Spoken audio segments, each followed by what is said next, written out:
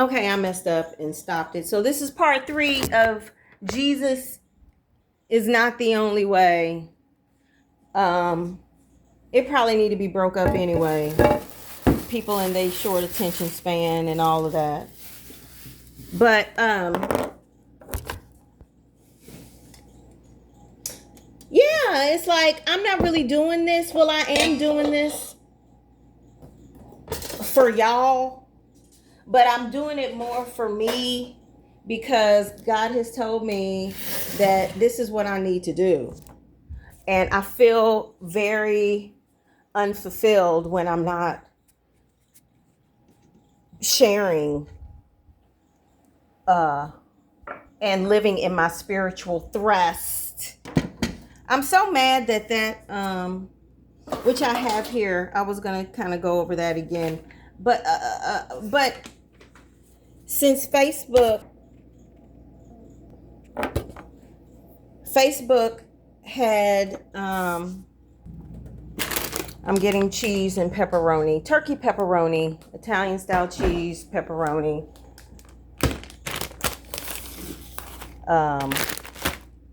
This is my version of baked spaghetti.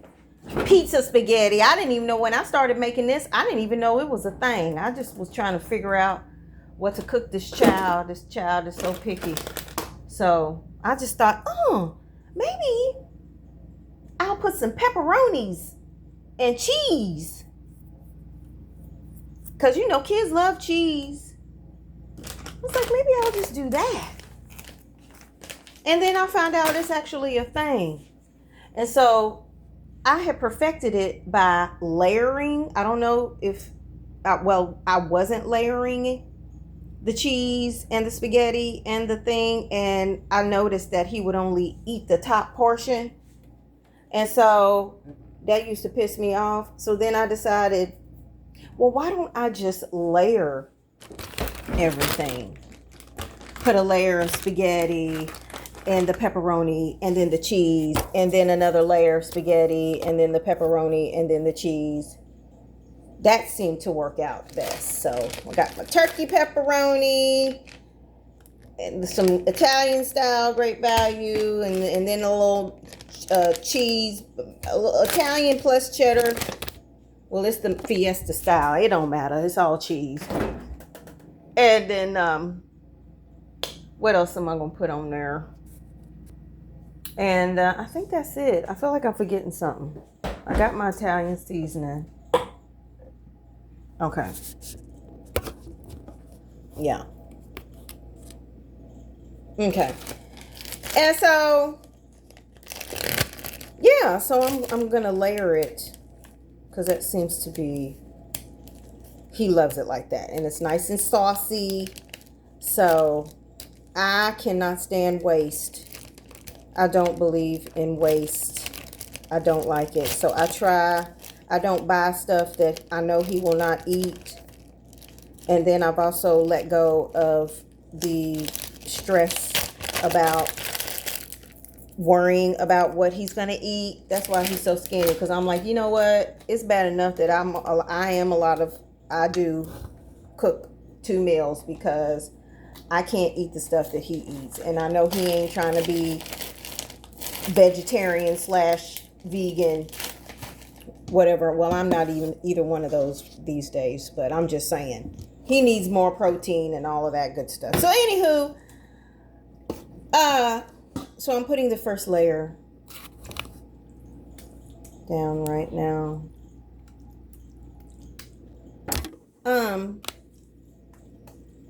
So where do I want to talk? So the healing part. I can just tell I have done some more healing that I feel a lot better about. I ain't worrying about you people who think I be rambling. I ain't worried about none of that. And I also trust that my message will reach the people that it's meant to reach. And yeah, period, the end. So But the whole point of the matter is going back to why I know that Jesus is not the only way. That's also another reason why I know I feel like I'm starting to heal too, because I'm not worried about the fear of rejection. I feel even better this week than I did last week, because last week, you know, you just never know that you've found healing or where you are in the process, and that goes for anything, whether or not like I could say today that if I were to get into a relationship with somebody that, or you know, I know that from all of the things that I've learned over, let's see, my last marriage, well, I've only been married once, let's be clear. I've been divorced since December 2015.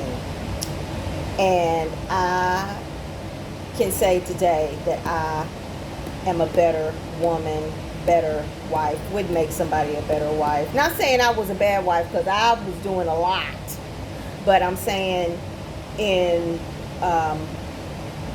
how I reacted to problems and respond just to problems in general, and knowing who I am and everything, I feel like today I got to figure it out. But you never really know that until I get into a relationship, until I get married again. Like, there's going to be triggers. You just never know. The triggers are always going to come up. And so you just never really know how well and how healed. And I don't really feel like you can never be completely healed. It's definitely a process. But, what's my point? This definitely is going to go on YouTube for the people that like long form content. I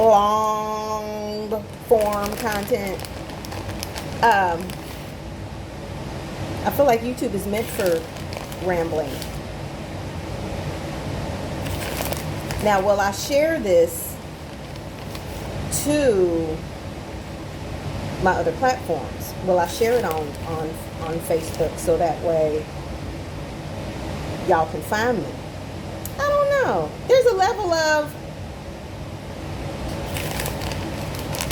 feeling like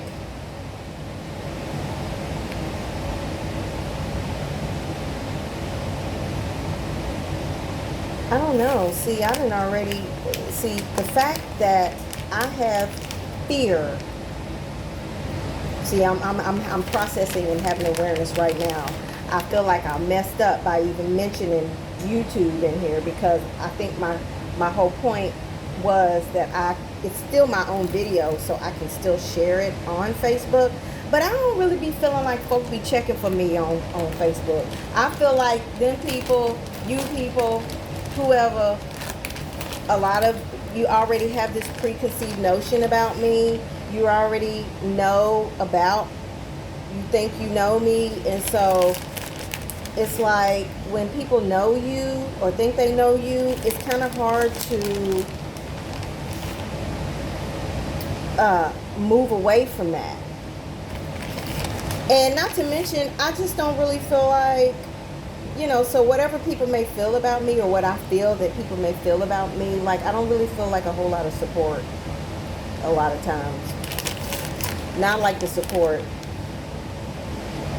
that I feel like I should be getting. Yeah. And there may be my own fears coming up, but the fact that I'm like contemplating whether or not I want to share share my YouTube, because there's a level of, you know, you don't want people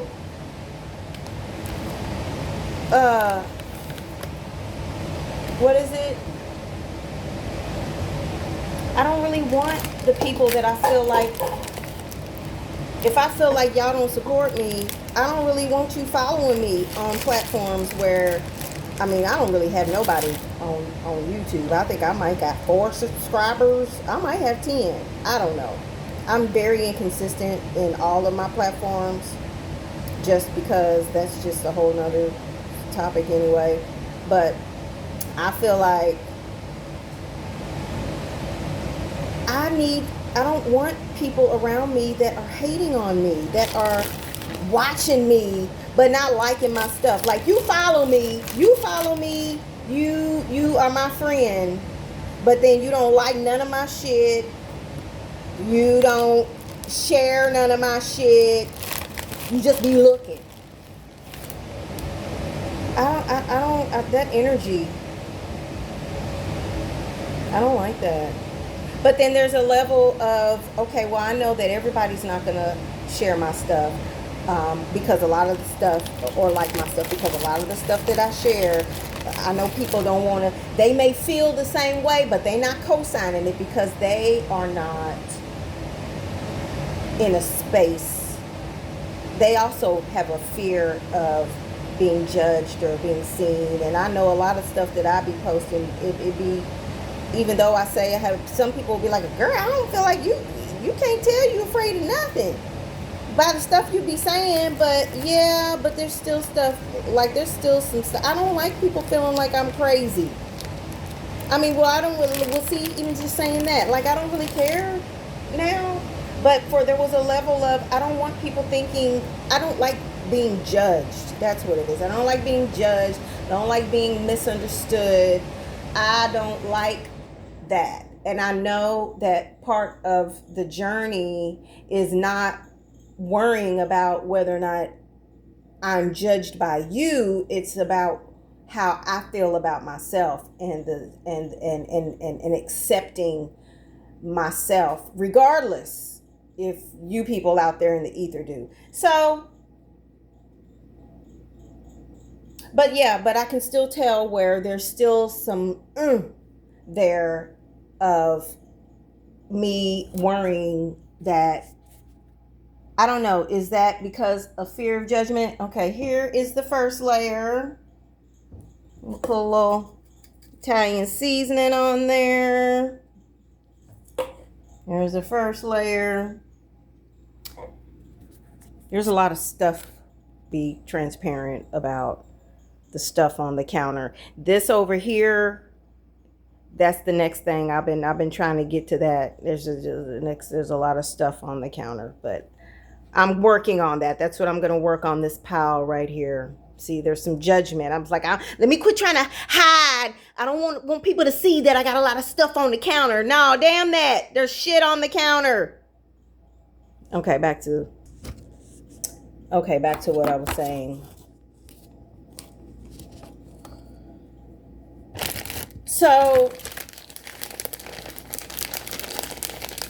yeah, I don't know what I was saying. Hold on. Oh, I was talking about how much healing that I can tell that I've. So there's a level. There's like, I guess there's the fear of sharing. It's like there's a level of, I don't want anybody to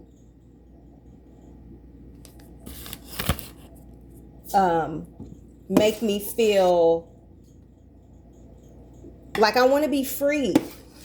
I don't want to feel like nobody controls me. I don't want to be controlled by anything, whether or not it's food, weed, people, social media. I don't want to be controlled by anything. And so there's a level of, well, damn that. That's what I need to be working on. So I'm going to force myself to get out there and be seen. But there's also a level of protect my space and protect my mindset. And so I guess the question is, am I strong enough? Or I'm even judging myself in that of like, I should be strong enough with all the work that I've done that I should be able to share my shit anywhere. And am I strong enough to where, I mean, because really at the end of the day, a lot of the judgment is in my mind, because any stuff that I've ever shared, for the most part, people, like I said, they either don't like it, don't respond to it at all, which I almost might feel like that might be worse. Maybe that's what I'd be feeling like. It's worse because, you know, let's be clear. People that share stuff on social media, we're not going to just act like people aren't on there seeking attention. Anybody that shares something, whether it be their opinion, whether it be their services, whether it be just whatever, everybody's on there trying to get attention for some way. So there's nothing wrong with that. There's nothing wrong with that. You hear me? You people that be like, oh, she just on there trying to get attention. Yep, I sure am. I sure am. And there's nothing wrong with that. So, I got something to say. I got something to say. Who I am and what I have to share matters. Right? I'm still an awesome human being. I'm still lovable. I still have value. All of that. So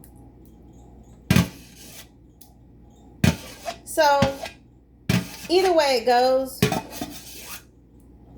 it's not like I'm hidden anyway. So, you know, people that really, really want to follow my stuff, they're going to do it anyway. So I don't understand. So like their fear is actually irrational, that I'm like, oh, I'm still kind of in a way hiding. Like I don't want these other people to follow me on this platform because they're going to come talk shit about me in the comments.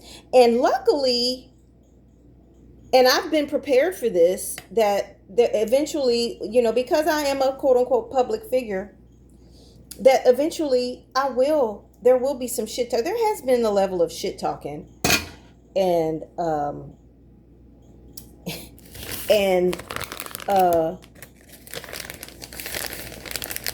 may your ego rest in peace if I decide to pull out the wrath. Cause I'm not a violent person, but I will cut you with my words, and you will get this work, this verbal lashing and verbal work. I don't cuss people out no more, cause I just really don't even want to give you the satisfaction. But anywho, I'm still a work in progress. I would love to not be able to. There's some days that I can not respond, and other days where it's like, no, I don't want you. You're not going to talk shit about me, especially on my own platform and page or whatever. But yeah, the fear, I don't really, whatever I decide to do, it's okay. I'm talking to myself now. It's okay, Stacey. Whatever you decide to do, it's okay. It's okay. People gonna talk shit about you, even if they do. Okay, so what? So what?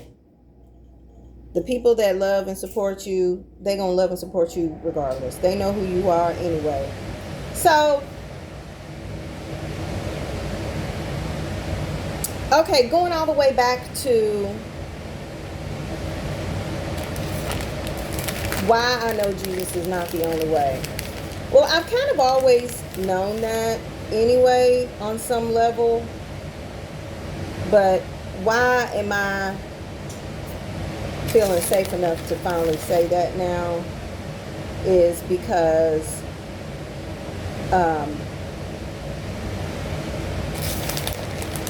my experience of God is what's real. My experience of God is real. It really is. There's been so many times where I have um, had little like near death experiences, like especially like in the car, that car accident that I was in. I can't really talk about it a whole lot right now because there's some ongoing things happening, but I felt the power of God in that moment. I knew. I wasn't worried. I wasn't worried. I was so thankful that I wasn't in. I mean, I experience more pain now than I did at that point, but like I'm just so thankful. I'm just so thankful that I made it out alive. And it also just kind of showed me, it's like we here with you. Just like when I almost drowned at the lake bash last year with my job. Just like I almost drowned in Cancun 20, 30 years ago. You know, when I was taken out by the undertow. I couldn't tell you how I made it back. But like, just like I almost drowned inhaling some water when I was like a teenager and my cousin had to give me the Heimlich maneuver. Just like I done literally almost I was in a fire when I was pregnant with my son. In a fire. And it was just timed right. The windows were open. It was nighttime, 3, 4 o'clock in the morning, I think it was. And I think I was about 6 months pregnant at that time. And I was awakened dead out of my sleep, hearing, "There's a fire." It sounded like a whisper. "There's a fire." And I could have like kind of went back to sleep, but I think normally I would have, but I woke up and then I looked out and looked at her. I was like, "What?" She said, "There's a fire." That's when I heard it loud. I was like, "Girl, there's a fire." And I ran to the front door, and literally there were flames across the breezeway at the next apartment. I was like, that whole apartment was literally on fire. Flames, smoke. I'm like, what? Heat. And what do, pregnant person? I had to pee. So I decided I needed to go pee because I was like, I don't know. I don't know. I was not thinking clearly. Clearly, I was not thinking clearly. And it seemed like I was on the toilet forever. I was like, I need to hurry up. Come on. I need to, come on. I got to get out. I knew I needed to get out, but I needed to pee. And then after I got done peeing, what am I doing? I'm going through my closet looking for jeans to put on because I'm trying to find something to put on. And then I was like, I have all these jeans. And then I was spending time trying to figure out what jeans to put on. This is like crazy. I was like, people don't know what to do when you panic. I was in panic mode. And then at that point, so I was spinning around. And then I finally found some jeans. Now I'm like, okay, well, where's my purse? Where's my phone? Where's my purse? Where's my phone? Where's my phone? And then literally I heard an audible, "Get out!"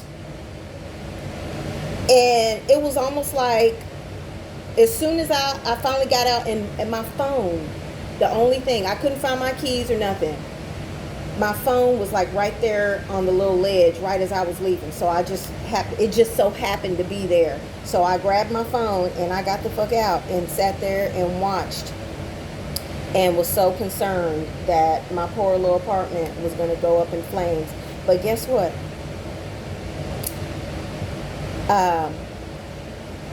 I was the only one.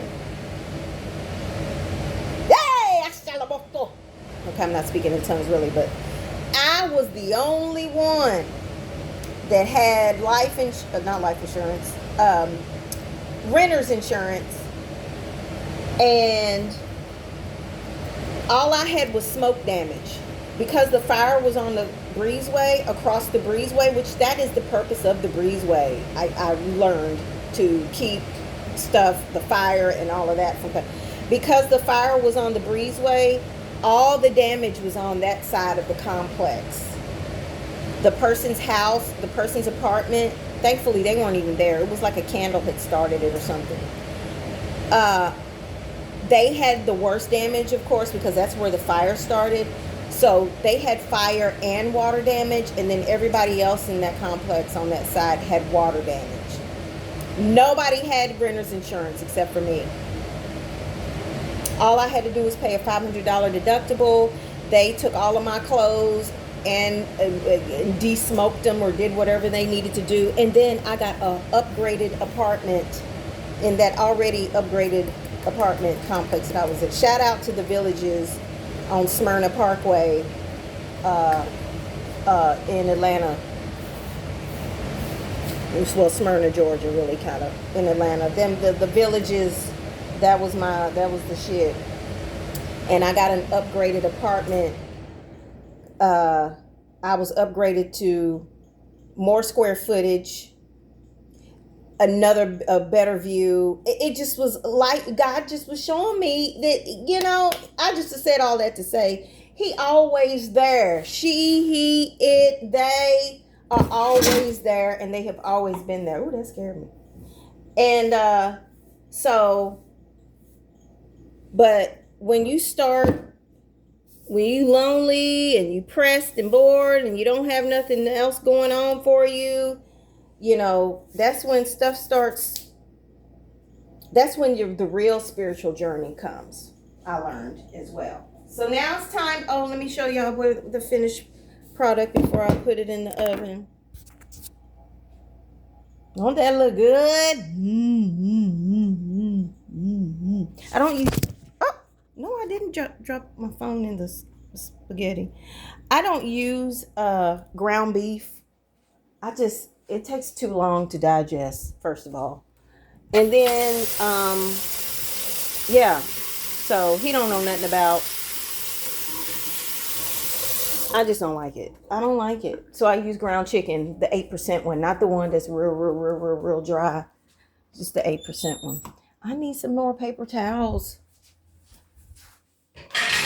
So I just said all that to say I just have an experience of God that I don't know. I guess I just didn't really wasn't aware. I wasn't as aware. And so, but when you're really going through some things, it's time to put it in the oven. I really needed to be 375 and just to bake it until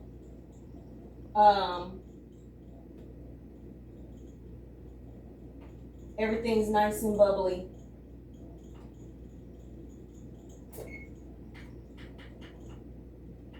Yeah, start. So that's when so that's where my spiritual journey really began, is like once I moved to Atlanta and I realized that I just really was not happy. I didn't have any friends or anybody. I had one friend, but I still was like seeking, trying to find who I was. And then when I got pregnant, that is really when things kind of kicked up a notch. Because at that point, and it was so funny because I'll say I was not trying to get pregnant per se, but then at the same time, when you're not really using protection, at the end of the day, you really are. So, and I had never been pregnant before, so I was like surprised when I did get pregnant. And my mother, I'll never forget to this day, she was like, "You're an idiot. You're a registered nurse. What do you think was going to happen? You know where babies come from." But at this point, I'm like 36. I'm like, I've never been pregnant before. I thought my biological clock and all of that, but honey, no. So anyway, at that point, that's when I started wondering, like, you know, what am I going to tell?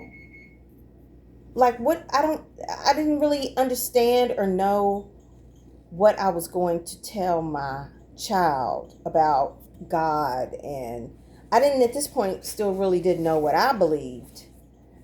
You know, I knew that during that time, I was real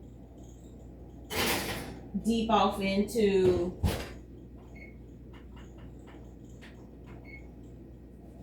I knew at that time that I was really all deep off into spiritual, just personal development. I would have considered myself a self-help junkie.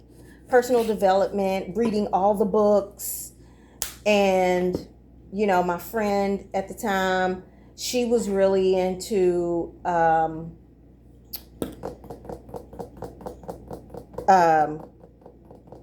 what's his name from Lakewood Church? Joel Osteen. And she was having her own spiritual, I guess, journey. And I won't necessarily call it an awakening because I don't know what it was for her, but I know she was some uplifting. We were both trying to, seeking and looking for uplifting and just betterment and everything. And so,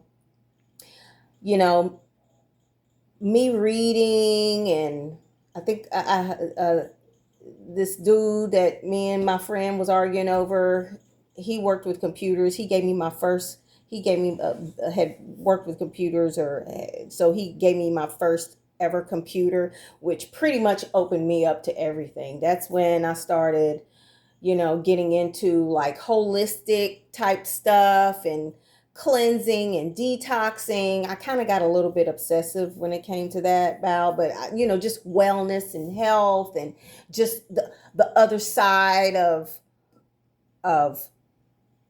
of things. And I just really was just like seeking a lot of knowledge, a lot of truth about things. And so I kind of was exploring different religions. You know, there was a channel that a TV station channel that had, it was just like a spiritual channel, and it had all different types of faiths on there. And so I would watch that and just really kind of like, when they just all the different religions and stuff that would be on there, I would just listen. I would listen to them. I was still at the same time reading my Bible, trying to read it for myself and my own knowledge. I had gone to now, mind you, I didn't really like church because of, I kind of felt like it was just very hypocritical and very cliquey. And so church in the traditional sense, I did not really vibe with that, but I still wanted to have my own working relationship with the Creator. And so I think, what was the book that kind of kicked it off for me? I was at Barnes and Noble in the personal development section, just reading all different types of stuff, trying to find. And I remember praying before then, asking God to, people pray that prayer that they tell you to pray, to seek God for yourself and reveal Him to yourself. And I remember praying that, God, please reveal yourself to me. And, because I want to teach my child something. I will also kind of still having this fearfulness about how I was living my life. A lot of guilt and shame about how I was living my life. At this point now, somewhat, I think at this point I might have broken up with my son's father, you know, and so I'm just really a lot of fearful. I was getting into gratitude journaling and journal. Well, I've always been journaling since I was in 6th grade, but and I remember being at Barnes and Noble, and this book, you know how they talk about, this is not a cliche, this book literally fell off the shelves, and it was called Conversations with God by Neil Donald Walsh. And that book right there,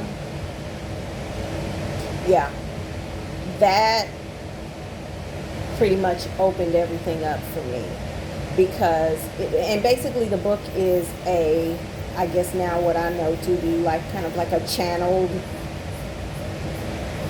book, where this guy who was in a rock and a hard place, had been homeless, eating out of trash cans for like a year, and had a broken neck, and he was like started having this literal conversation with God, where he was just like upset and mad about his life, and kind of like where I've been, where it's like, when, God, when? Why, God, why? That's always my favorite thing I want to say, because that's what we do. We be like, why? When? Why? And that's really the whole point and whole purpose of the struggle, what I realize now, is to bring you to that, to it, him, he, she, to bring you to God, so you can see who God is, and whose God is, and who you are in God, and that you are a piece and part of God. Like, we are all God. This also is very blasphemous for Christians. We are gods. We are all gods. And it even says that in the Bible. We are all created in his image. So what does that interpretation mean? To me, it's like if we are all created in his image, then the image is of him being the creator. So we all are creators. And, you know, the Bible talks about the fruits of the Spirit and all of these things. So, yeah, I definitely, like, I am not Bible versed, but I have known and recognized that there are certain verses that speak to me, and there are parts of the Bible. I do cherry pick the Bible, and I'm okay with that. Some people aren't. But the parts of that do not make sense to me, that have never made sense to me, or just even how people have this monopoly on God and what they feel like, you know, is God. It just that never really made sense to me. And so my salvation, I don't really feel like didn't come through Jesus. So that's why I can say that he's not the only way, because that book not only opened me up to just feeling better about who God is. And I'm still, I don't have it all figured out. I don't know. I really don't rep no set, and I say that all the time. I don't consider myself a Christian, although I do follow Jesus's teachings, but I see the Bible more metaphysically, more, you know, the stories and everything don't matter as much to me. Like the rules and the regulation of the Bible and religion don't really matter to me as much as the message and the resonance that I feel when stuff happens in my life and that shows up in my life, that shows me that God is real, through my own personal relationship and experience of him, that has nothing to do with the idea of heaven or hell. Like I have God in me because that's who I am. Not because I'm afraid of going to hell. Like, I follow the commandments because it's the right thing to do. I'm not perfect. And, sin itself means to miss the mark. Sin is like a mistake. It doesn't mean that there's something wrong with me. We're not perfect. And so I follow God's way because it's just the right thing to do. And it don't feel right when I'm doing stuff that ain't honest or has integrity, or it just doesn't feel right. And when I listen to guidance, I notice when I follow the guidance that has always been there,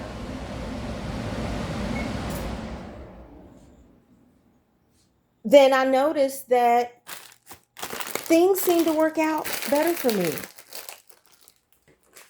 in my life. When I try to do what is practical, or society says I should do, or what is deemed,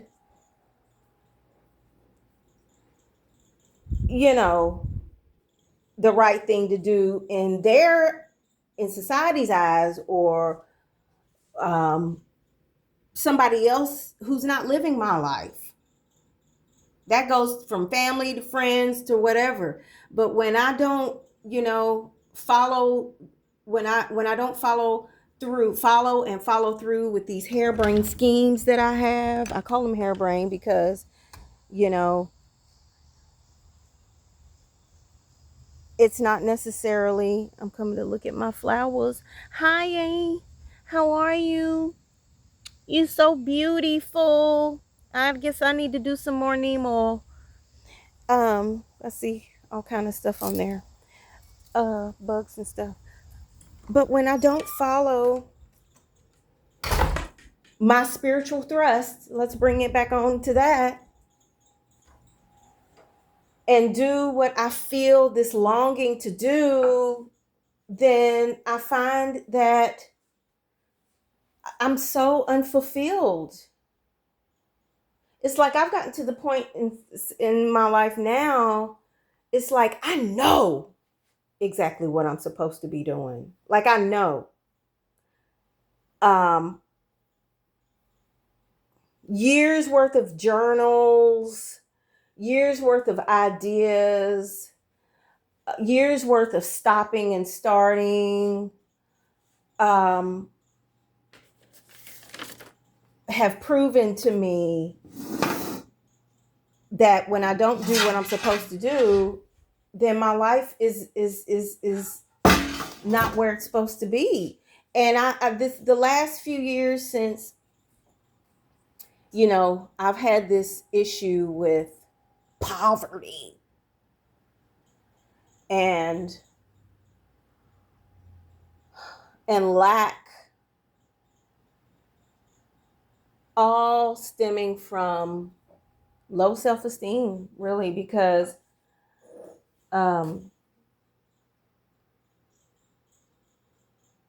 it just shows me that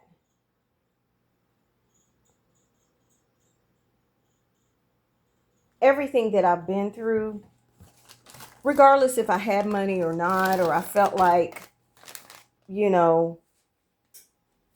I had it figured out or not, like, at the end of the day,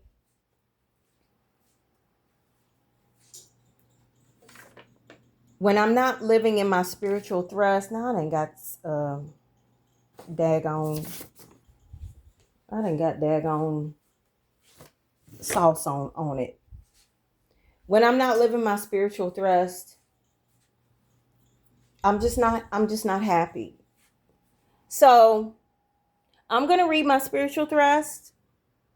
I think I'm going to do another part, and then I'm finally going to come to the end. I think I did answer the question of why Jesus is not the only way. And it's not the only way for a lot of people.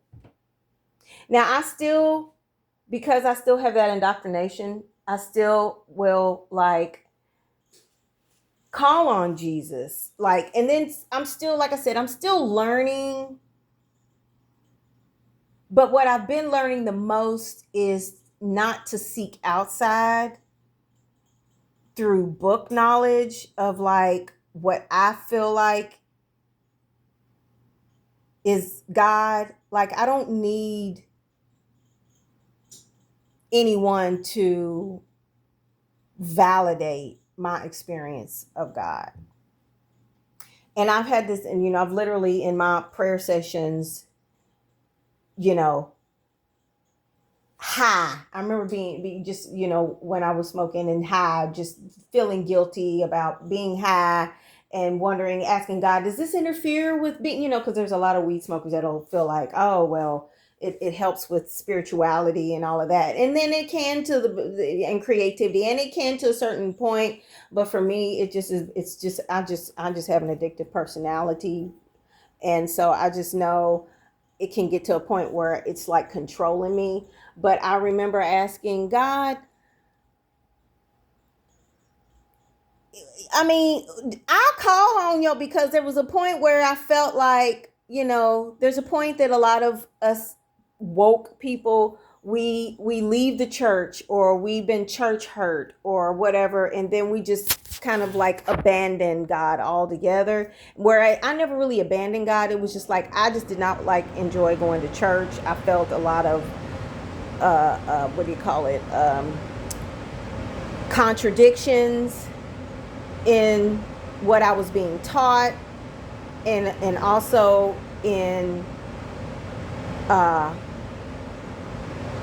how I was, and the representatives of God, the people that are supposed to be leading you to God. I just felt like a lot of untruth in that. And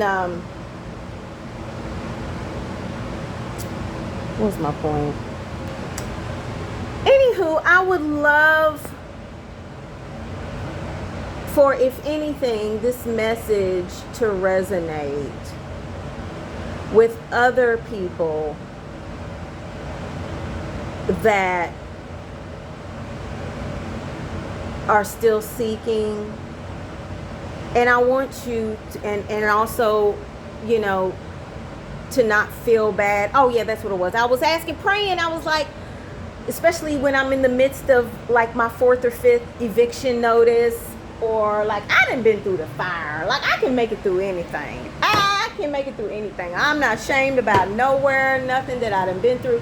But I just remember through all of that struggle and strife and loss of friend groups and loss of friends and loss of just finances, and going to food banks and being on food stamps and being on welfare, and just all of that, and the judgment of how am I here and I have 2 lucrative licenses and I'm still not making the money that I need to be making, and just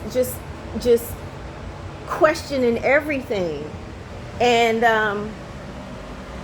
I remember crying out in my when God when, why God why situation. It's well, maybe it's because I've strayed away from Jesus. Maybe that's why. Because then at the same time, I also didn't really resonate with the conscious community. There's a level of conscious, where it's you can make anything a religion. Let me tell you something. When I was plant-based, people that are vegans, that's a religion, because you got to do it right. The Dr. Sabians, when I was an alkaline vegan, just all the restriction and rules and regulations of that. And it just all kind of played into me questioning everything.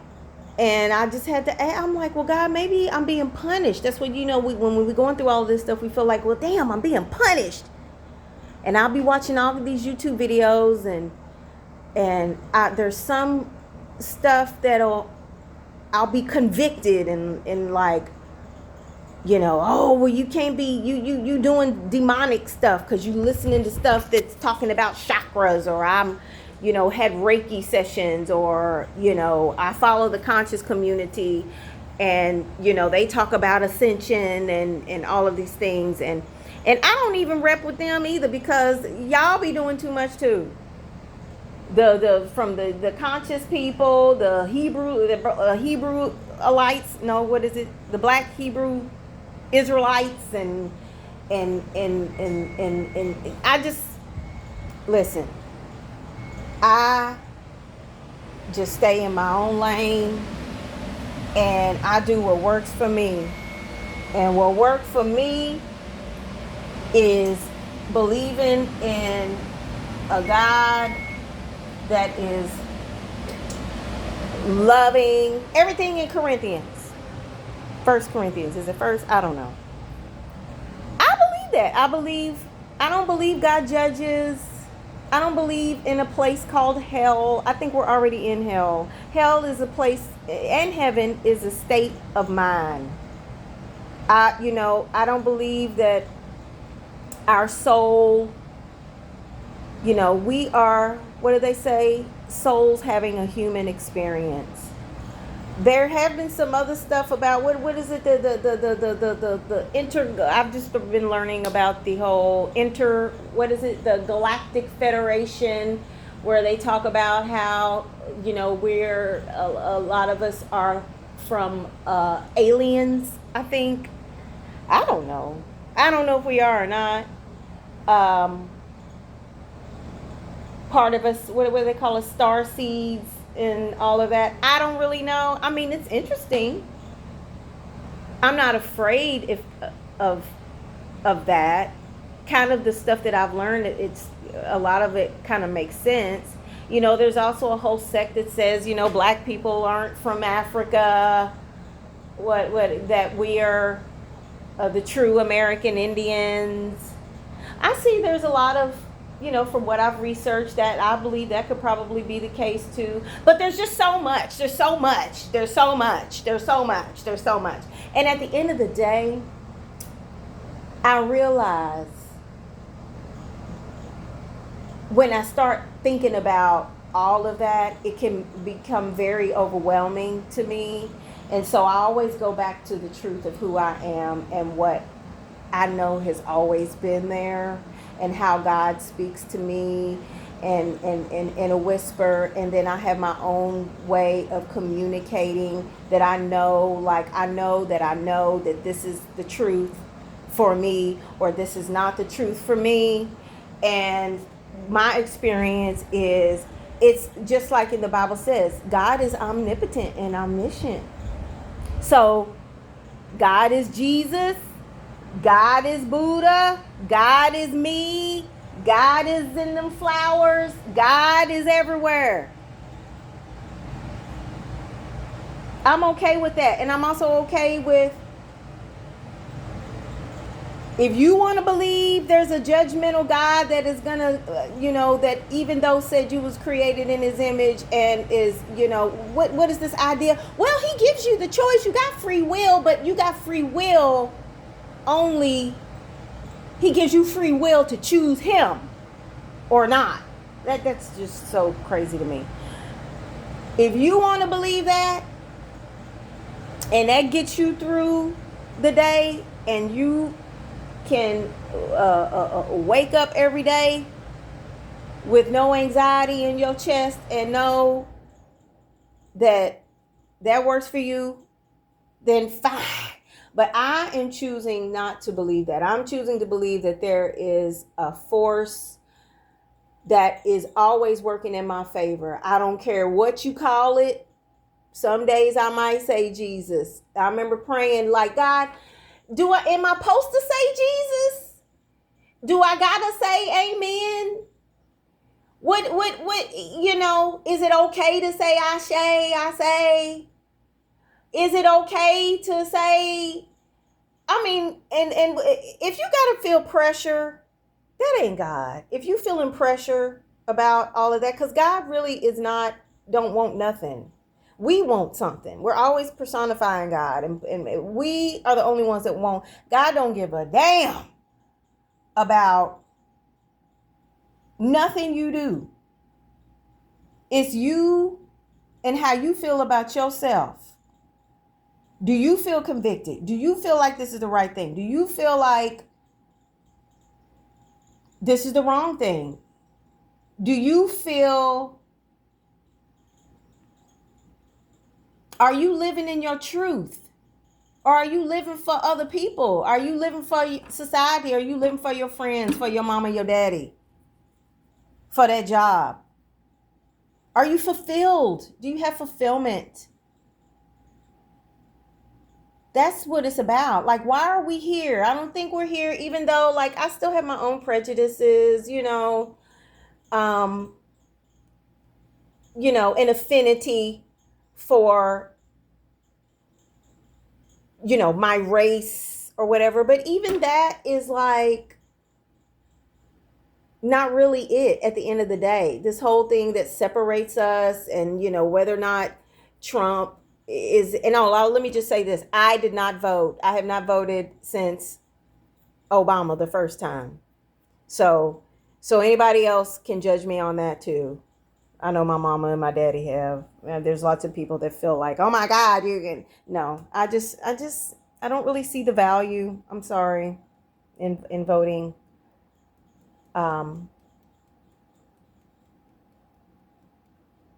Period. The end. So I don't know.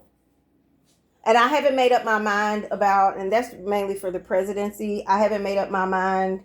Well, I haven't voted in any of the other ones either. And I don't know. I haven't really made up my mind about that. So I just don't do it. If it's not a hell yeah for me, it's just not a hell yeah. And there's nothing wrong with me because I don't vote. Let me just say that. There's nothing wrong with me because Jesus is not the only way. There's nothing wrong with me because I don't vote. There's nothing wrong with me because I talk to angels. There's nothing wrong with me because of what I believe or don't believe. I'm an awesome human being, and I'm okay with that. And whoever ain't okay with me can suck it, pretty much. So, yeah, so I want whoever else feels afraid of that. Oh, yeah, it's really good right now. I hope that this message can resonate. I want to end it with reading my spiritual thrust, who I got from a reading from my angel communication guide back in 2011.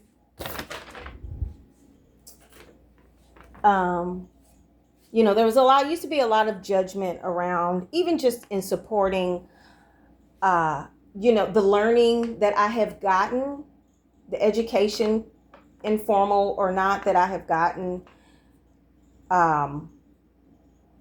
has come from, or the spiritual development or ideas that I've gotten, a lot of it has come from non-melanated people.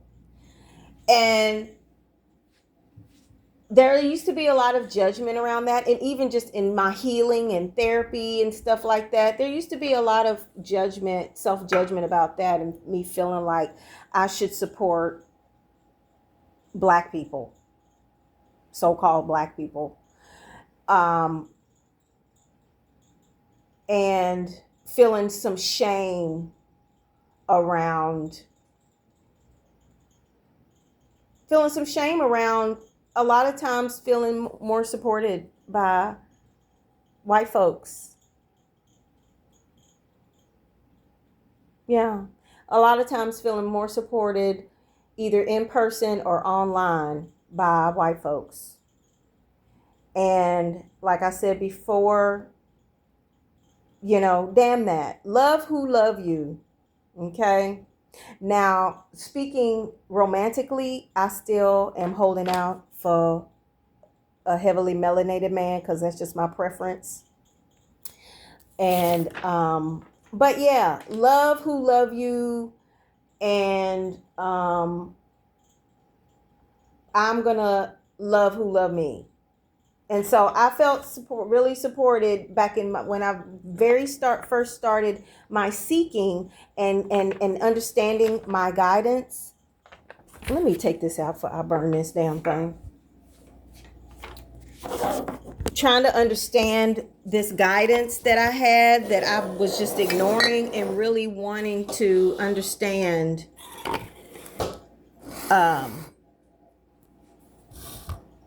myself. I think I want to end this here and then start the spiritual thrust. One more, the last part.